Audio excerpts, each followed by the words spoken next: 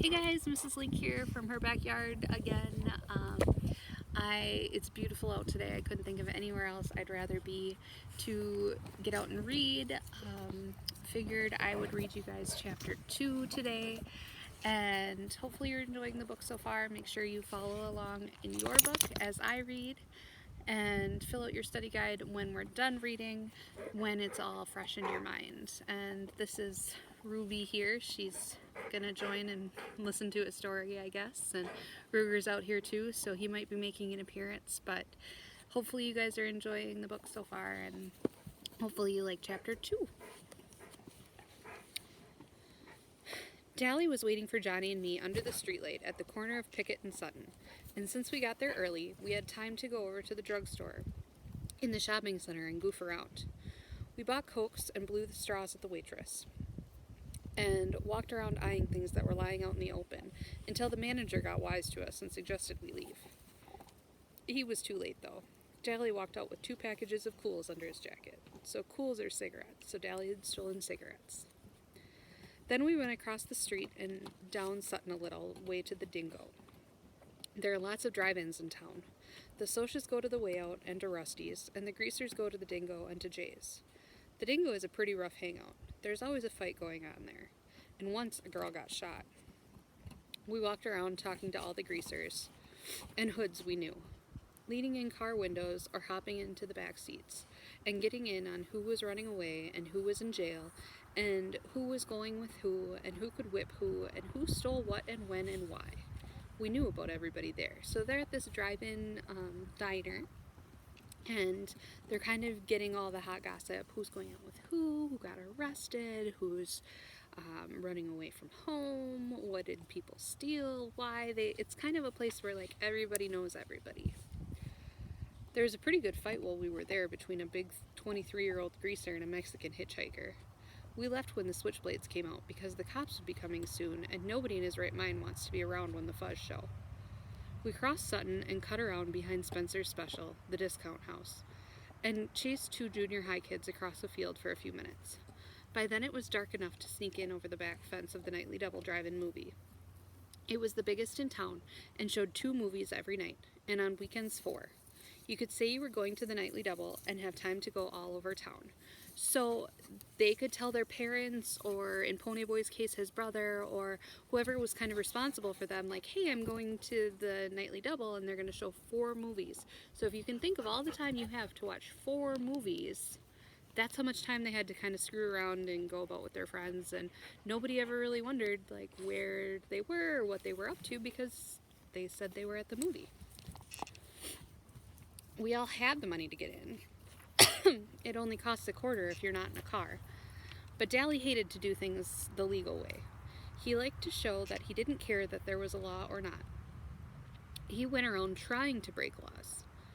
We went into the rows of seats in front of the concession stand to sit down. Nobody else was there except 2 girls who were sitting down in front. Dally eyed them coolly, then walked down the aisle and sat right behind them. I had a sick feeling that Dally was up to his usual tricks, and I was right. He started talking, loud enough for the 2 girls to hear. He started out bad and got worse. Dallas could talk awful dirty if he wanted to, and I guess he wanted to then. I felt my ears get hot. 2-Bit or Steve or even Soda would have gone right along with him, just to see if they could embarrass the girls. But that kind of kicks just doesn't appeal to me. I sat there, struck dumb, and Johnny left hastily to get a Coke. I wouldn't have felt so embarrassed if they had been greasy girls. I might have even helped old Dallas. But those 2 girls weren't our kind. They were tough-looking girls, dressed sharp and really good-looking. They looked about 16 or 17. One had short, dark hair, and the other long, red hair. The redhead was getting mad, or scared. She sat up straight, and she was chewing on her gum. The other one pretended not to hear Dally. Dally was getting impatient. He put his feet up on the back of the redhead's chair, winked at me, and beat his own record for saying something dirty. She turned around and gave him a cool stare. "Take your feet off my chair and shut your trap." Boy, she was good looking. I'd seen her before. She was a cheerleader at our school. I'd always thought she was stuck up. Dally merely looked at her and kept his feet where they were. Who's gonna make me? The other one turned around and watched us. That's the greaser that jockeys for the Slash J sometimes, she said, as if we couldn't hear. I'd heard the same tone a million times. Greaser, greaser, greaser. Oh yeah, I'd heard that tone one too many times. What are they doing at a drive-in without a car, I thought. And Dallas said, I know you two. I've seen you around rodeos. It's a shame you can't ride bull as half as you can talk it, the redhead said coolly as she turned back around. That didn't bother Dally in the least. You two barrel race, huh? You better leave us alone, the redhead said in a biting voice, or I'll call the cops. Oh my, Dally looked bored. You've got me scared to death. You ought to see my record sometime, baby. He grinned slyly. Guess what I've been in for. Please, leave us alone, she said. Why don't you be nice and leave us alone? Dally grinned roguishly. I'm never nice. Want a Coke? She was mad by then. I wouldn't drink it if I was starving in the desert. Get lost, Hood. Dally merely shrugged and strolled off. The girl looked at me. I was half scared of her. I'm half scared of all nice girls, especially Soch's. Are you going to start in on us? I shook my head, wide-eyed. No. Suddenly she smiled. Gosh, she was pretty. You don't look the type. What's your name? I wished she hadn't asked me that. I hate to tell people my name for the first time. Ponyboy Curtis. Then I waited for the, you're kidding, or that's your real name, or one of the other remarks I usually get. Ponyboy's my real name, and personally, I like it. The redhead just smiled. That's an original and lovely name. My dad was an original person, I said. I've got a brother named Soda Pop, and it says so on his birth certificate. My name's Sherry, but I'm called Cherry because of my hair. Cherry Valance. I know, I said. You're a cheerleader. We go to the same school. You don't look old enough to be going to high school, the dark-haired girl said. I'm not. I got put up a year in grade school. So he isn't, she says, you don't look old enough to be in high school, and he's not. He skipped a year in grade school, which is elementary school, because he's a smart kid. Cherry was looking at me. What's a nice, smart kid like you running around with trash like that for? I felt myself stiffen. I'm a grease, same as Dally. He's my buddy. I'm sorry, Ponyboy, she said softly. Then she said briskly, your brother's Soda Pop. Does he work at the gasoline station? A DX, I think? Yeah. Man, your brother is one doll. I might have guessed you were brothers. You look alike. I grinned with pride. I don't think I look one bit like Soda, but it's not every day I hear Soch's telling me they think my brother's a doll. Didn't he used to ride in rodeos, saddle bronc? Yeah, Dad made him quit after he tore a ligament, though. We still hang around rodeos a lot. I've seen you two barrel race. You're good. Thanks, Cherry said, and the other girl, who was named Marcia, said, How come we don't see your brother at school? He's not any older than 16 or 17, is he? I winced and sighed. I told you I can't stand it that Soda dropped out. He's a dropout, I said roughly. Dropout made me think of some poor, dumb-looking hoodlum, wandering the streets, breaking out streetlights. It didn't fit my happy-go-lucky brother at all. It fitted Dally perfectly, but you could hardly say it about Soda. Johnny came back then and sat down beside me. He looked around for Dally, then managed a shy hi to the girls, and tried to watch the movie. He was nervous, though. Johnny was always nervous around strangers. Cherry looked at him, sizing him up as she had me. Then she smiled softly. I knew she had sized him up right. So sizing someone up is kind of developing the first impression of them, deciding what you want to think of them, that kind of thing. And remember when she sized up Johnny, or Ponyboy, she was like, oh, he's a nice kid, she's got him figured out. And when she smiled, Ponyboy knew that she figured out that Johnny's also a nice kid. And she's not wrong, remember, Johnny's a nice guy, and so is Ponyboy. Dally came striding back with an armful of Cokes. He handed one to each of the girls and sat down beside Cherry. This might cool you off. She gave him an incredulous look, and then she threw her Coke in his face. That might cool you off, greaser. After you wash your mouth and learn to talk and act decent, I might cool off too. Dally wiped the coke off his face with his sleeve and smiled dangerously. If I had been Cherry, I would have beat it out of there. I knew that smile. Fiery, huh? Well, that's the way I like 'em. He started to put his arm around her, but Johnny reached over and stopped him. Leave her alone, Dally. Huh? Dally was taken off guard. He stared at Johnny in disbelief. Johnny couldn't say boo to a goose. Johnny gulped and got a little pale, but he said, You heard me. Leave her alone. Now, Johnny doesn't, he's the shy kind of, remember they described him as a kicked puppy. He doesn't stand up for much, and he doesn't speak up for himself very often, but he did to Dally, and he said, leave her alone. Like, knock it off, dude. Dallas scowled for a second. If it had been me, or Two-Bit, or Soda, or Steve, or anyone but Johnny, Dally would have flattened him without a moment's hesitation. You just didn't tell Dallas Winston what to do. One time in a dime store, a guy told him to move over at the candy counter. Dally had turned around and belted him so hard it knocked a tooth loose. A complete stranger, too. But Johnny was the gang's pet, and Dally just couldn't hit him. He was Dally's pet, too. Ruby, hush. Dally got up and stalked off, his fists jammed in his pockets, and a frown on his face. He didn't come back. Cherry sighed in relief. Thanks. He had me scared to death. Johnny managed an admiring grin. You sure didn't show it. Nobody talks to Dally like that.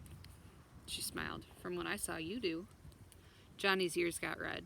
I was still staring at him. It had taken more than nerve for him to say what he did to Dally. Johnny worshipped the ground Dallas walked on, and I had never heard Johnny talk back to anyone, much less his hero.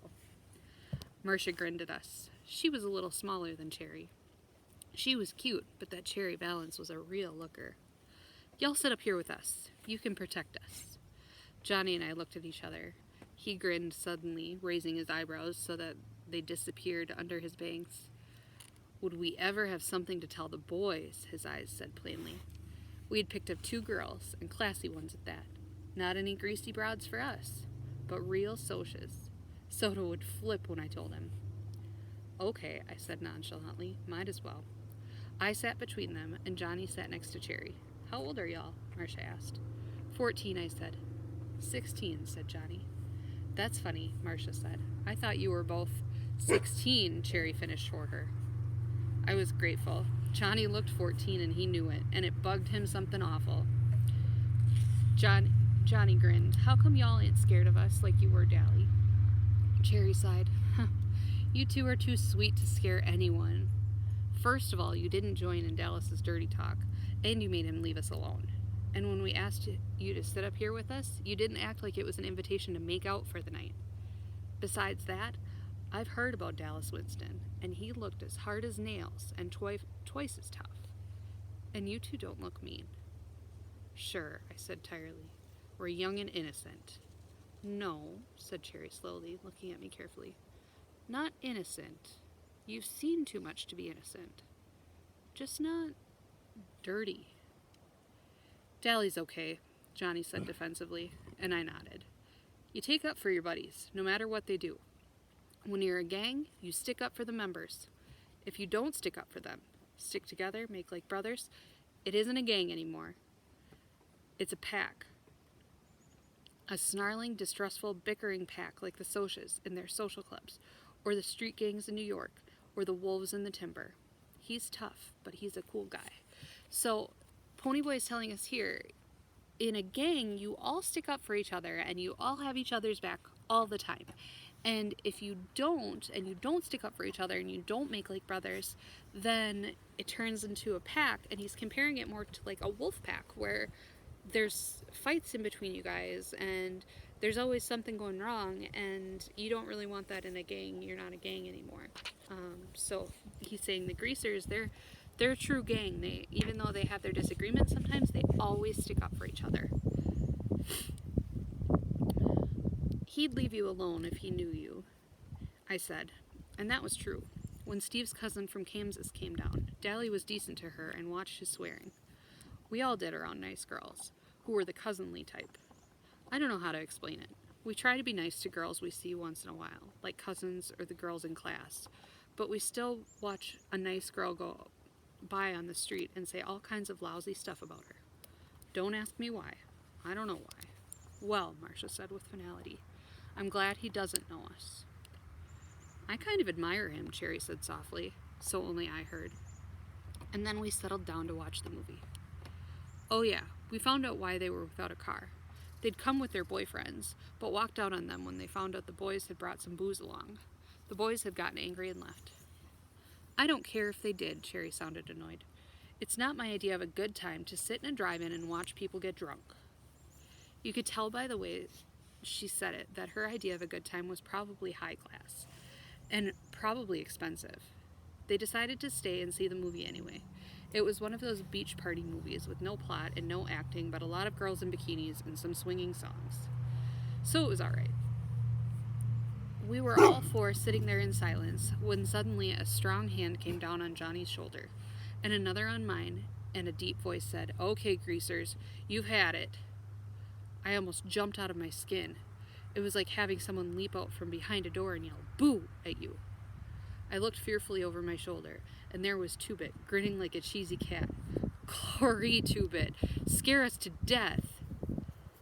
He was good at voice imitations, and had sounded, for all the world, like a snarling Soch. Then I looked at Johnny. His eyes were shut and he was as white as a ghost. His breath was coming in smothered gasps. Two-Bit knew better than to scare Johnny like that. I guess he'd forgotten. He's kind of scatterbrained. Johnny opened his eyes and said weakly, "Hey, Two-Bit." Two-Bit messed up his hair. "Sorry, kid," he said. "I forgot." He climbed over the chair and plopped down beside Marcia. "Who's this, your great-aunts?" "Great-grandmothers, twice removed," Cherry said smoothly. I couldn't tell if Two-Bit was drunk or not. It's kind of hard to tell with him. He acts boozed up sometimes, even when he's sober. He cocked up one eyebrow and the other down, which he always does when something puzzles him, or bothers him, or when he feels like saying something smart. "Shoot, you're 96 if you're a day." "I'm a knight," Marcia said brightly. Two-Bit stared at her admiringly. "Brother, you're a sharp one." "Where'd you two ever get to be picked up by a couple of greasy hoods like Pony and Johnny?" "We really picked them up," Marcia said. "We're really Arabian slave traders, and we're thinking about shanghaiing them. They're worth 10 camels apiece at least." 5, Two-Bit disagreed. "They don't talk Arabian, I don't think. Say something in Arabian, Johnny Cake." "Ah, cut it out," Johnny broke in. Dally was bothering them, and when he left, they wanted us to sit with them to protect them. Against wisecracking greasers like you, probably. Two-Bit grinned, because Johnny didn't usually get sassy like that. We thought we were doing good if we get him to talk at all. Incidentally, we don't mind being called a greaser by another greaser. It's kind of playful then. "Where is old Dally, anyway?" "He went hunting some action, booze or dames or a fight. I hope he don't get jailed again. He just got out." "He'll probably find the fight," Two-Bit stated cheerfully. "That's why I came over. Mr. Timothy Shepard and company are looking for whoever so kindly slashed their tires. And since Mr. Curly Shepard spotted Dallas along doing it, well, does Dally have a blade?" "Not that I know of. I think he's got a piece of pipe, but he busted his blade this morning." "Good. Tim will fight fair if Dally don't pull a blade on him. Dally shouldn't have any trouble." Cherry and Marcia were staring at us. "You don't believe in playing rough or anything, do you?" "A fair fight isn't rough," Two-Bit said. "Blades are rough. So are chains and heaters and pool sticks and rumbles. Skin fighting isn't rough. It blows off steam better than anything. There's nothing wrong with throwing a few punches. Socias are rough. They gang up on one or two, or they rumble each other with their social clubs. Us greasers usually stick together, but when we do fight among ourselves, it's a fair fight between two. And Dally deserves whatever he gets, 'cause he slashed tires. 'Cause slashed tires ain't no joke, and you've got to work to pay for them. He got spotted, too, and that was his fault. Our one rule, besides stick together, is don't get caught. He might get beat up. He might not. Either way, there's not going to be any blood feud between our outfit and Shepard's. If we needed them tomorrow, they'd show. If Tim beats Dally's head in, and then tomorrow asks us for help in a rumble, we'll show. Dally was getting kicks. He got caught. He pays up. No sweat. So Dally slashed the tires of a different gang. We're learning about Tim Shepard's gang. So they're not Socias and they're not Greasers. That's a different gang. And he got caught slashing these tires. And so he's talking about a fair fight, just skin on skin, so no weapons, and just getting into a fight and blowing off steam. And, you know, that's kind of, and the gang's all okay with that. Like, if you do something stupid like this and you get caught, then you kind of deserve to get beat up because tires are expensive. So he's telling us about a fair fight and that Dally's probably gonna find a fight. Dogs, go play. Yeah, boy, Cherry said sarcastically. Real simple. Sure, Marcia said, unconcerned. If he gets killed or something, you just bury him. No sweat. You dig okay, baby. Two-Bit grinned and lit a cigarette. Anyone want a weed? I looked at Two-Bit admiringly. He sure put things into words good. Maybe he was still a junior at 18 and a half, and maybe his sideburns were too long, and maybe he did get boozed up too much, but he sure understood things. Cherry and Marcia shook their heads at his offering of cigarettes, but Johnny and I reached for one.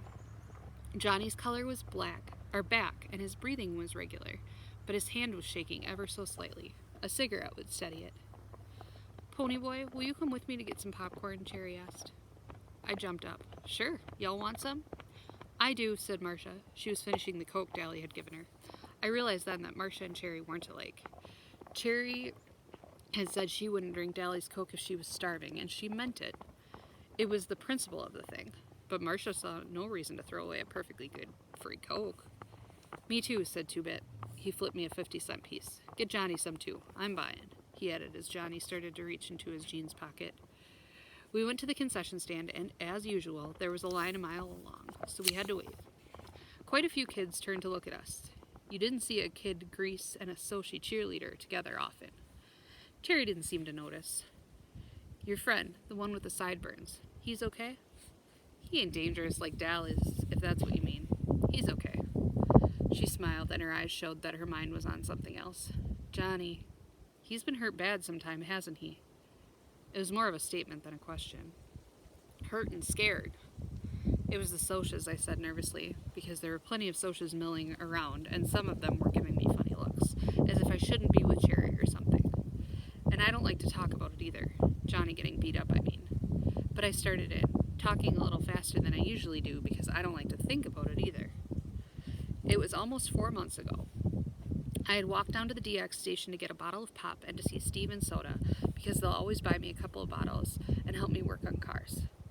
I don't like to go on weekends because then there's usually a bunch of girls down there flirting with Soda. All kinds of girls, Socias too. I don't care too much for girls yet. Soda says I'll grow out of it. He did.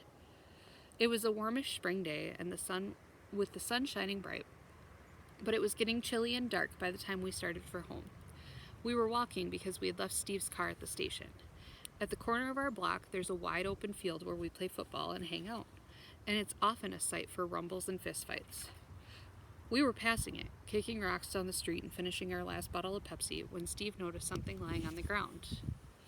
He picked it up. It was Johnny's blue jeans jacket, the only jacket he had. Looks like Johnny forgot his jacket, Steve said, slinging it over his shoulder to take it by Johnny's house. Suddenly he stopped and examined it more carefully. There was a stain the color of rust across the collar.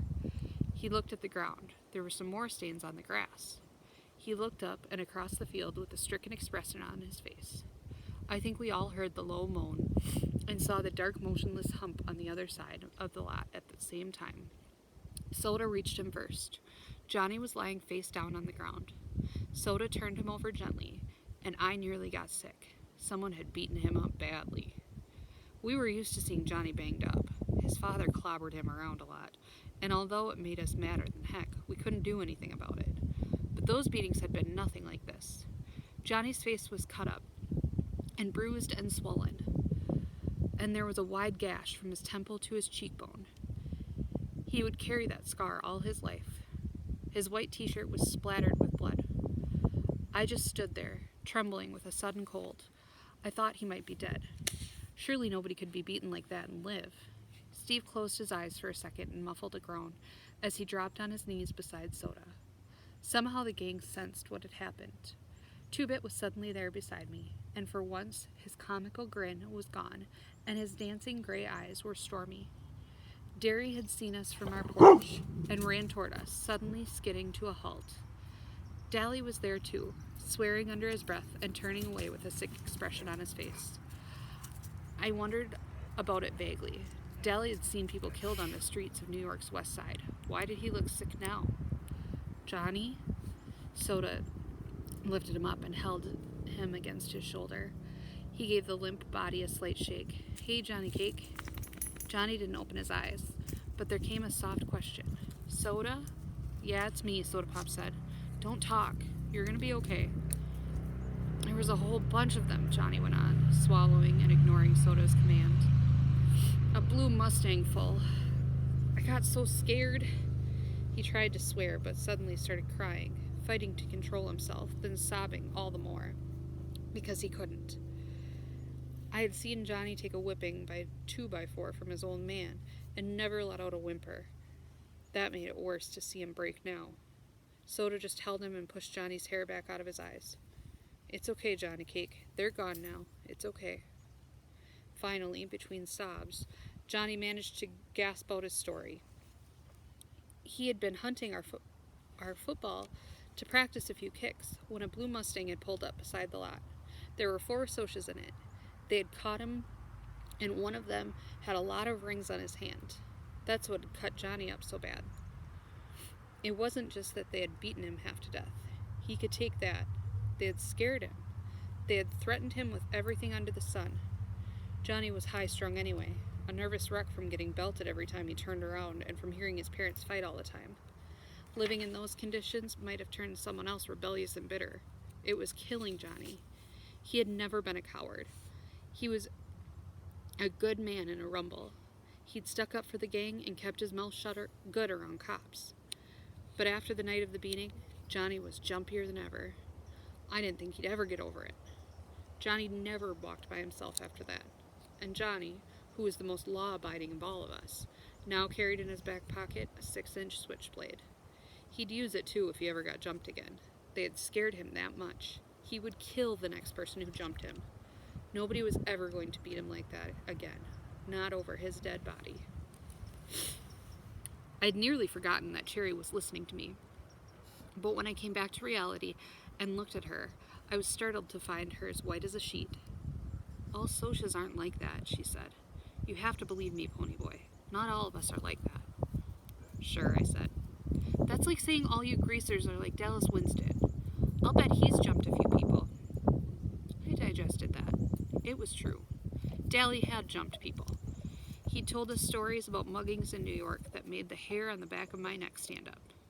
Not all of us were that bad, so Cherry's trying to convince him, like, not all Socs are as bad as the ones who beat up Johnny, and just like not all greasers are as bad as Dallas.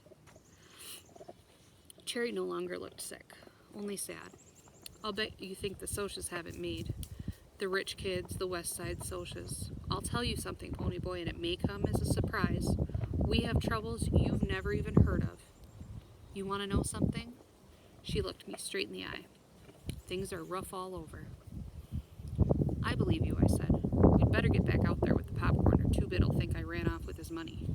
So, Cherry's trying to say, like, you might think that all Socs are the rich kids, and on the West Side, they don't have any troubles, and they don't have the same struggles that you guys have on the East Side as greasers, but she says things are rough all over, and I think that's something we're going to learn about all through the story. We went back and watched the movie through again. Marcia and Two-Bit were hitting it off fine. Both had the same scatterbrained sense of humor, but Cherry, Johnny, and I just sat there, looking at the movie and not talking.